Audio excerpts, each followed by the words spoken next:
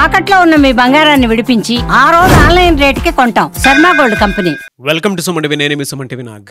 According to Vedic astrology కనుక మనం చూసుకుంటే సింహరాశి వారికి ఎస్పెషల్లీ విమెన్కి నరదృష్టి తగిలితే ఆ సిమ్టమ్స్ ఎలా ఉంటాయి అండ్ దాంతోపాటు ఎలా ఐడెంటిఫై చేయాలి అండ్ జనరల్గా ఎలాంటి రెమెడీ పరిహారాలు పాటించాలి అనేది ఈరోజు మనతో పాటు వేదిక్ ఆస్ట్రాలజర్ ఉమా గారు ఉన్నారు. అది వారి మాటలు తెలుసుకుందాం. హలో ఉమా గారు. హలో నాగరాజ్ గారు. వేదిక్ ఆస్ట్రాలజీ ప్రకారం కనుక మనం చూసుకుంటే సింహరాశి వారికి నరదృష్టి తగిలే అవకాశం ఉంటుందా? ఉంటే ఏ విధంగా ఉంటుంది? ఎలా ఐడెంటిఫై చేయాలి? రెమెడీ ఏమైనా ఉంటుందా? తప్పకుండా అండి. ముఖ్యంగా మనం మాట్లాడుకునే అంశము సింహరాశి, తరువాత నరదృష్టి, దానివల్ల వచ్చేటువంటి ప్రభావాలు ఎలా ఉంటాయి. ఇక్కడ రాశికి తర్వాత నరదృష్టికి సంబంధం ఏమిటని చాలామంది అనుకుంటూ ఉంటారు.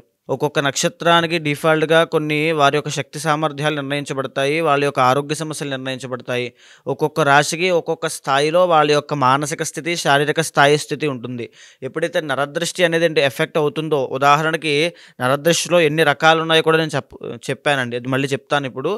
ఆ నరదృష్టి ఎప్పుడైతే సోకుతుందో ఒక్కొక్క రాశి వాళ్ళకి ఒక్కొక్క రకమైన ఆరోగ్య సమస్యల కింద ఎఫెక్ట్ అవుతుంది. అయితే నరదృష్టి అనేటువంటిది ఒక రకం కాదండి, 5 రకాలుగా దాన్ని విభజించారు. ముఖ్యంగా మొదటిది సామాన్యమైనటువంటి దృష్టి. అంటే మనం ఏదైనా ఒక ఫంక్షన్కి కానీ లేదా అందంగా రెడీ అయినప్పుడు కానీ ఏదైనా చిన్న చిన్న 10 మంది యొక్క దృష్టి పడినప్పుడు కానీ అట్రాక్షన్గా కనిపించినప్పుడు ఆ యొక్క సామాన్యమైన నరదృష్టి అనేటువంటిది పడుతుంది. దీనివల్ల వికారము లేక వామిటింగ్స్ అవ్వడము, తలనొప్పి, మైగ్రేన్స్ ఆడవాళ్ళకి, తరువాత ఆకలి లేకపోవడము, నిద్ర పట్టకపోవడము, ఇవన్నీ కూడా జరుగుతూ ఉంటాయి. సో దాన్ని జనరల్గానే డైలీ చేసుకునేటువంటి దేవతార్చన వల్ల, భగవద్ ఆరాధన వల్ల, లేకపోతే వాళ్ళకు ఉన్నటువంటి స్ట్రాంగ్ విల్ పవర్ వల్ల, ప్లానెట్స్ యొక్క చేంజ్ వల్ల దాన్ని ఓవర్కమ్ చేయగలుగుతారు. ఓకే, అయితే ఇక రెండవది చాలా తీవ్రమైనది, ముఖ్యమైనది మహానరదృష్టి అండి. ఈ మహానరదృష్టి వల్ల వచ్చే ఎఫెక్ట్స్ చాలా తీవ్రంగా ఉంటాయి. ఉదాహరణకి యాక్సిడెంట్స్ అవ్వడము, రక్తం కళ్ళ చూడడము, మా కుటుంబంలో ఒకరి తర్వాత ఒకరు మరణం చెందడము, మృత్యుదేవత ఎవరో ఒకరిని ఏ కారణం లేకుండా తీసుకెళ్ళిపోవడము, ఇంట్లో ఎప్పుడూ అశాంతే. ఒక ఇల్లు కడతారండి, అందంగా చాలా నీట్గా కడదామని అనుకుంటూ ఉంటారు, కడతారు, ఫౌండేషన్ వేస్తారు, ఒక అంతస్తు కడతారు, 2వ అంతస్తు కట్టేటప్పటికి డబ్బులు ఆగిపోతాయి, అర్ధాంతరంగా ఇల్లు మధ్యలో ఆగిపోతుంది. ఇంటికి సంబంధించి తీవ్రమైన ఆరోగ్య సమస్యలు వస్తాయి. నిజానికి చెప్పాలంటే నాగరాజు గారు, ఈ మహానరదృష్టి పడిన తర్వాత ఆరోగ్య సమస్యలు, ఏ ఆరోగ్య సమస్య వచ్చిందో అది ఎందుకు కారణం వచ్చిందో కూడా వాళ్ళకి తెలియదు. టెస్టులకి విపరీతంగా డబ్బులు ఖర్చు అయిపోతూ ఉంటాయి. అది మహానరదృష్టి యొక్క ప్రభావం అండి. అయితే ఇక మూడవది సంభోగ దృష్టి. అంటే ఎప్పుడైతే ఒక భార్యాభర్తలు చాలా పవిత్రంగా ప్రేమ అన్యోన్యతలతో ఉంటారో, వారిద్దరిలో ఎవరో ఒకరు అందంగా ఉన్నప్పుడు 3వ వ్యక్తి యొక్క దృష్టి కనుక వాళ్ళ మీద పడి ఆ యొక్క మోహ చూపులు కనుక ఏమైనా పడ్డాయి అనుకోండి, దానివల్ల ఈ యొక్క సంభోగ దృష్టి వల్ల అక్రమ సంబంధాలకి దారితీస్తుంది. ఇంకా చెప్పాలి అనుకుంటే ఆ యొక్క సంభోగ దృష్టి వల్లనే ఈ పెళ్లి చేసుకున్నటువంటి దంపతులిద్దరూ కూడా విడిపోతారు, డైవర్స్ వస్తుంది.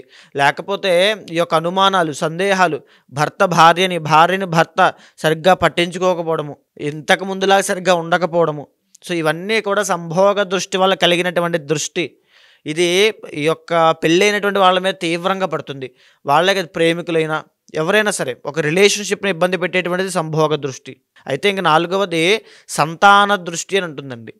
ఈ సంతాన దృష్టి అంటే మనం చూస్తూ ఉంటాం, ప్రతి ఇంట్లోనూ చంటి పిల్లలు అర్ధాంతరంగా మధ్యలో లేచి విపరీతంగా ఏడుస్తూ ఉంటారు ఊరికనే.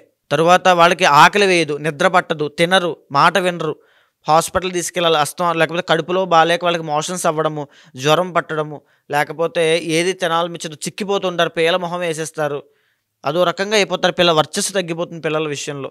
సో అది సంతాన దృష్టి. ఇంకా చెప్పాలంటే చాలామంది పిల్లలు ఈ సంతాన దృష్టి పడడం వల్ల చనిపోతారు కూడా అండి. ఎప్పుడైతే ఒక లేడీ ప్రెగ్నెన్సీలో ఉంటుందో, కన్సీవ్ అయిన తర్వాత నుంచి డెలివరీ అయ్యేలోపు సంతాన దృష్టి కనుక పడింది అని అంటే సంతానం నిలబడదు. ఖచ్చితంగా అండి, సంతానం నిలబడట్లేదు, వంశోద్ధారకుడు రావట్లేదు, సంతాన దోషం ఉందా అనుకుంటే సంతాన దోషంతో పాటు ఈ సంతాన దృష్టి పడకుండా చూసుకోవాలి. అందుకనే ప్రెగ్నెంట్ లేడీని చాలా జాగ్రత్తగా చూసుకుంటారండి, బయటికి రాకుండా. అది తరువాత ఆఖరిది సూక్ష్మ నరదృష్టి అని ఉంటుంది. ఈ సూక్ష్మ నరదృష్టి అంటే ఎప్పుడైతే ఒక వ్యక్తి తన జీవితంలో ఉండేటువంటి తన ఫ్రెండ్స్, తన యొక్క ఫ్యామిలీ, తన సపోర్టర్స్, తన గైడర్స్ వాళ్ళే కూర్చోబెట్టి ఏదైనా ఒక ప్రయత్నం చేస్తున్నప్పుడు అది చేయకు, పడిపోతావు, ఇప్పుడు దాకా ఎవరు ఆ ప్రయత్నాన్ని చేయలేదు, ఎవరు ఆ బిజినెస్ చేయలేదు, నువ్వు వెళ్ళావంటే అప్పులు పాలైపోతావు, ఓడిపోతావు, కింద పడిపోతావు, జాగ్రత్త, చనిపోతావేమో, ఎందుకు వచ్చింది కూడా వదిలే, అంటే ఇలాంటి జాగ్రత్త అని చాలామంది అనుకుంటూ ఉంటారు. మనం చూస్తే నాగరాజు గారు తల్లిదండ్రులు చెప్పేటువంటి జాగ్రత్తకి బయట వాళ్ళు ఇలాంటి వాళ్ళు సూక్ష్మ నరదృష్టి పెట్టేటువంటి జాగ్రత్తకి ఒక మధ్యలో ఒక థిన్ లేయర్ ఉంటుందండి. దానికి దీనికి మనం డిఫరెన్స్ కనిపెట్టాలంటే వాళ్ళ యొక్క వ్యక్తిగతంగా వాళ్ళకే తెలుస్తుంది ఆ విషయము. ఎప్పుడైతే ఆ సూక్ష్మ నరదృష్టి తగులుతుందో వాళ్ళంతటా వాళ్ళే ప్రయత్నపూర్వకంగా వాళ్ళ చేసే పనుల్ని ఆపేసుకుంటారు. భయంతో సెల్ఫ్ కాన్ఫిడెన్స్ అనేది కంప్లీట్గా పోతుంది. ఇంకా చెప్పాలంటే ఓవర్ థింకింగ్ ప్రాబ్లము, డిప్రెషను, ఇంకేమీ చేయలేరు. ఆ పని అక్కడితో ఆగిపోయినట్టు ఇంకా ముందుకు వెళ్ళదు. అది సూక్ష్మ నరదృష్టి. అది కూడా చాలా ప్రమాదకరమైంది, స్లో పాయిజన్ లాంటిదండి. అయితే ఇప్పుడు మనం మాట్లాడుకునే అంశము సింహరాశి వాళ్ళ గురించి. ఎలా ఉంటుంది సార్ వాళ్ళకి? అంటే వాళ్ళకి నరదృష్టి ఉంది అని ఎలా తెలుస్తుంది? ఉంటే వాళ్ళకి ఎలాంటి నరదృష్టి ఉంటుంది? ఇక్కడ సింహరాశి వాళ్ళు చూస్తే జనరల్గానే చాలా రాయల్ పీపుల్ అండి. సో వీళ్ళకి మహానరదృష్టి తగిలే అవకాశాలు చాలా ఎక్కువ ఉంటాయి. యాక్సిడెంట్స్, ఎందుకంటే ఈ సింహరాశి వాళ్ళకి వాహన యోగాలు అవన్నీ ఉంటాయండి. దాంతోపాటు రాబోయేటువంటి రోజుల్లో వీళ్ళకి అష్టమ శని అనేటువంటిది ప్రారంభం కాబోతోంది. అష్టమస్య ప్రాణ సంకట అంటారు.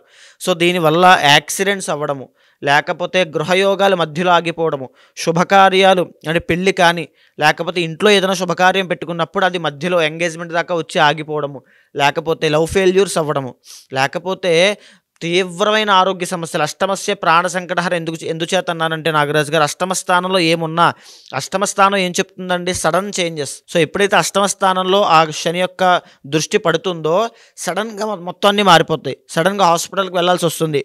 చిన్న సమస్య కాస్త పెద్ద మేజర్గా అయిపోతుంది. ఆపరేషన్లు అంటారు, ఏదో అంటారు, మొత్తం డబ్బులన్నీ అయిపోతాయి. తర్వాత అప్పులు పాలైపోతారు. వీళ్ళు ఎప్పుడో ఏదో తీసుకున్నటువంటి అప్పు ఇప్పుడు బయటపడుతుంది. దానికి ఇంత వడ్డీ వేస్తారు, లేదా బ్యాంకులోనూ ఫైన్స్, పనిష్మెంట్లు, గవర్నమెంట్ పెనాల్టీస్ ఇవన్నీ పడతాయి. అసలు కారణం లేకుండానే వీళ్ళు ఏదో లిటిగేషన్ ఇరుక్కుంటారు. అప్పటిదాకా అద్భుతంగా బ్రతికినటువంటి వీళ్ళు సింహరాశి వాళ్ళు, అంత రాయల్ పీపుల్, అవమానపడుతూ ఉంటారు. సంఘంలో గౌరవ మర్యాదలు తగ్గిపోతాయి, పాపులారిటీ తగ్గిపోతుంది. ఈ మహానరదృష్టి దానివల్ల సింహరాశి వాళ్ళు ఎఫెక్ట్ అవ్వబోతున్నారు. ఖచ్చితంగా వీళ్ళు ప్రత్యంగిర హోమం చేయించాలి. ఎందుచేత అంటే ఎప్పుడైతే నరదృష్టి సోకుతుందో నాగరాజు గారు, సింహరాశి వాళ్ళకైనా ఏ రాశి వాళ్ళకైనా కేవలం 2 రోజుల నుంచి 10 రోజుల లోపలనే దాని ప్రభావం చూపిస్తుంది. ఎలా ఉంటుంది సార్? అంటే వీళ్ళకి దృష్టి సోకినప్పుడు ఎలాంటి చేంజెస్ చూస్తుంటారు వీళ్ళకి? అప్పటిదాకా సింహరాశి వాళ్ళు చాలా యాక్టివ్ పీపుల్ అండి, చాలా ఎక్స్ట్రీమ్ ఆవేశపరుడు. ఏ పనైనా సాహసంగా చేయాలంటే సింహరాశి వాళ్ళే చేయాలి.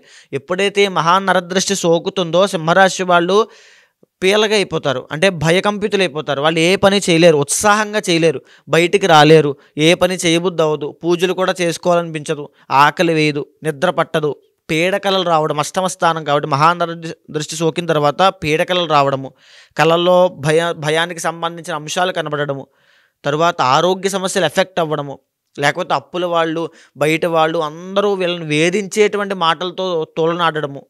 సో వీళ్ళకే కాన్ఫిడెన్స్ అనేది పోతుంది. సింహరాశి వాళ్ళు జనరల్గా చాలా కాన్ఫిడెంట్ పీపుల్ అండి. సో వీళ్ళకి ఈ రాబోయే రోజుల్లో కాన్ఫిడెన్స్ అనేది తగ్గిపోతుంది, విపరీతమైన ఖర్చులు అయిపోతాయి. ఈ మహానరదృష్టి సోకిన తర్వాత సింహరాశి వాళ్ళకి రూపాయి కూడా చేతిలో నిలబడదు. ఈ మాట గుర్తుపెట్టుకోండి. కావాలంటే మీకు తెలుస్తుంది రాబోయే రోజుల్లో ఈ మహానరదృష్టి వల్ల జరిగేటువంటి విషయాలన్నీ కూడా నేను చెప్పే మాటలన్నీ మీ జీవితానికి కనెక్ట్ అవుతాయి. సో ఎప్పుడైతే ఈ దృష్టి సోకుతుందో చాలా తక్కువ పీరియడ్లోనే వీళ్ళకి ఎఫెక్ట్ అవుతుందండి. వీళ్ళు పరిహారం చేసుకునేంత వరకు అది అలా ఎఫెక్ట్ కంటిన్యూ అవుతూనే ఉంటుంది. వీళ్ళ జాతకం ఎంత బాగున్నప్పటికీ గోచారంలో ఇప్పుడు జనరల్గా చూస్తే సింహరాశి వాళ్ళకి 12వ స్థానంలోకి రాబోతున్నాడు అక్టోబర్ తర్వాత. అప్పుడు విపరీతమైన సమస్యలు ఎదుర్కొంటారు. అంటే ఎప్పుడైతే గురుబలం లేదో, మంత్కి ఒక్కొక్క ఎఫెక్ట్ ఉంది వీళ్ళకి ఉంటుంది. ఎందుకంటే ఈ యొక్క ప్లానెట్స్ చేంజ్ అనేది వాళ్ళలో ఉండే విల్ పవర్ని, శారీరక సామర్థ్యాన్ని నిర్ణయిస్తుందండి. బయట వచ్చేటువంటి నరదృష్టి ఆ సామర్థ్యాలకు అనుగుణంగా రియాక్ట్ అవుతుంది.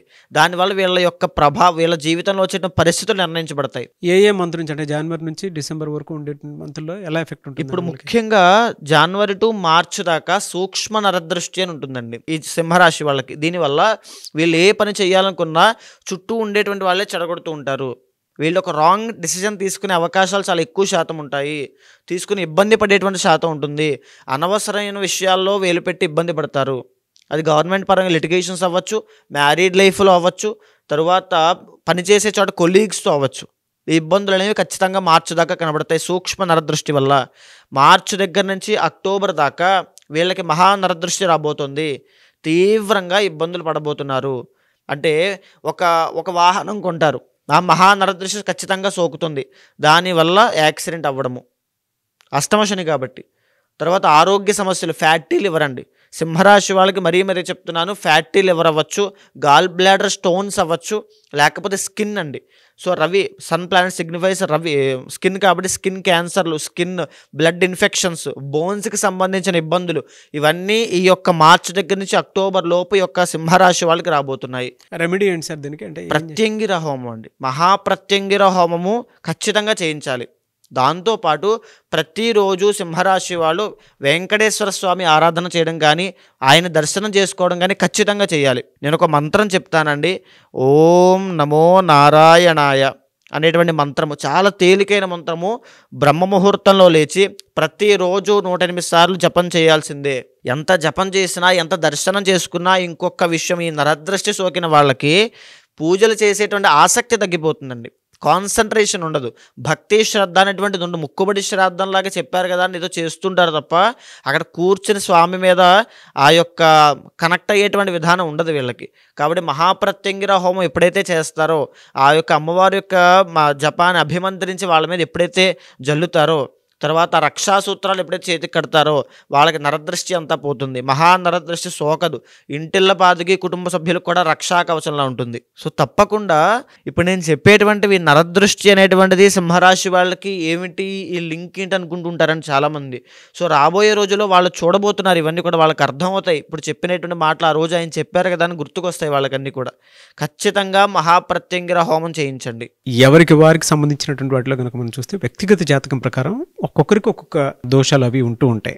జనరల్గా మీ దగ్గరకు వచ్చి ఏదైనా యజ్ఞాలు, యాగాలు, హోమాలు చేయించుకుందాం అనుకున్నటువంటి వాళ్ళు ఉంటారు, పెళ్లిళ్ళకు ముహూర్తం పెట్టించుకోవాలి అనుకున్నటువంటి వాళ్ళు ఉంటారు. దాంతోపాటు కొంతమంది అన్నప్రాసన వాటికి సంబంధించింది కూడా ఉంటుంది, కొన్ని యజ్ఞాలు, యాగాలు, హోమాలు. సో వాళ్ళ బిలీఫ్ సిస్టమ్ ప్రకారం మిమ్మల్ని అప్రోచ్ అవుదాం అనుకుంటారు. అది ఏ రాశి వారైనా సరే, నక్షత్రం వారైనా సరే. వాళ్ళకి మీరు టైం ఇస్తారా? అపాయింట్మెంట్ తీసుకోవచ్చా? ప్రాసెస్ ఏంటి? తప్పకుండా అండి. మీరు కింద కనిపించేటువంటి నెంబర్కి కనుక కాంటాక్ట్ అయితే, ముఖ్యంగా ఈ జ్యోతిష్ శాస్త్రంలో ఎలాంటి సమస్యలున్నా, సందేహాలున్నా, లేకపోతే ఏదో మా మీద దుష్ప్రభావాలు ఉన్నాయి, ఇంట్లో శుభకార్యాలు ఆగిపోతున్నాయి, ఏంటో తెలియనటువంటి జీవితంలో అయిపోతుంది అనేటువంటి బాధ కానీ ఏమైనా ఉన్నా, ఖచ్చితంగా జ్యోతిష శాస్త్రం అనేటువంటిది నిర్దిష్టమైన పరిహారం ప్రతి ఒక్కరికి చూపిస్తుందండి. ఆస్ట్రాలజీ అనేటువంటిది ఒక ఆయుధం లాంటిది మన భారతదేశంలో. ఇది వెస్ట్రన్ కల్చర్లో కూడా అలవాటైందంటే దీని యొక్క పవర్ ఏంటో ఆలోచించవచ్చు. సో ఆస్ట్రాలజీ ద్వారా ప్రతి మనిషిని ప్రిడిక్ట్ చేయొచ్చు. ఆ వ్యక్తికి ఎప్పుడు ఎలాంటి సమయాల్లో ఎలాంటి జాగ్రత్తలు తీసుకోవాలో తెలుసుకోవచ్చు. ఎలాంటి ఆరోగ్య సమస్యల విషయంలో జాగ్రత్త ఉండాలి, ఎలాంటి వృత్తి వ్యాపారంలో సక్సెస్ అవుతాడు, ఎలాంటి సమయంలో పెట్టుబడి పెట్టాలి, స్టాక్ మార్కెట్ అవ్వచ్చు, లేకపోతే ఇన్వెస్ట్మెంట్స్ అవ్వచ్చు, గోల్డ్ అవ్వచ్చు, ప్రతి దాని విషయం గురించి ఈ ఆస్ట్రాలజీ చాలా కూలంకషంగా డీప్గా చెప్పింది. కాబట్టి దీన్ని అర్థం చేసుకునే విధానంలో తప్పకుండా అప్రోచ్ అవ్వచ్చు. ఖచ్చితంగా ఆ ముహూర్తాలకైనా సరే, యజ్ఞ యాగాదులకైనా, ఏ పూజా కార్యక్రమానికైనా తప్పకుండా అపాయింట్మెంట్ తీసుకోండి, కన్సల్ట్ అవుతాను, ఖచ్చితంగా చేపిస్తాను. డెఫినెట్గా.